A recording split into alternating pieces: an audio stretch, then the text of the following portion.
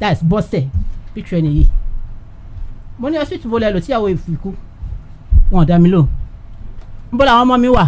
torí ó kó nígbà tí wọ́n wá fẹ́ fọlọ́pàá mú mi tí wọ́n lè rí mi mú ó lọ sílé ó kó gbogbo property mi gbogbo àti owó mi 5.8 million wọ́n dẹ̀ kọ́ àwọn ọmọ mi méjì obìnrin tí mo bí wọ́n kó wọn lọ. ó gbé 5.8 million sínú ilé ó sì gbé. yes mo ti ń save owó yẹn láti ìgbà tí mo ti ní 2017 mo ti bẹ̀rẹ̀ sí máa save owó yẹn mo wá sọ fún yín pé as ọkùnrin tó ní plan fún ayé tiẹ̀ mo sọ pé ní Delta tàwa yìí mi ìfẹ́ máa waste owó sórí house rent because house rent wọn lásàbà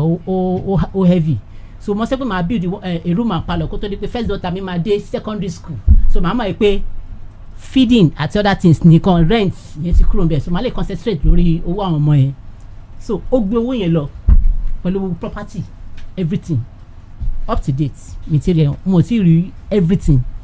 include àwọn ọmọ so wá nígbà tí mo wá pé àwọn ẹbí wọn wọ́n ṣàn sọ fún mi pé yẹn kí n má wọrí kí n gbàgbé ń pa ẹ̀ níbi tí mo ti wá fẹ́ mo tọrọ mo wá pe lọ́ọ̀yà mi mo fún lọ́ọ̀yà mi lówó pé kó jọ kó bá mi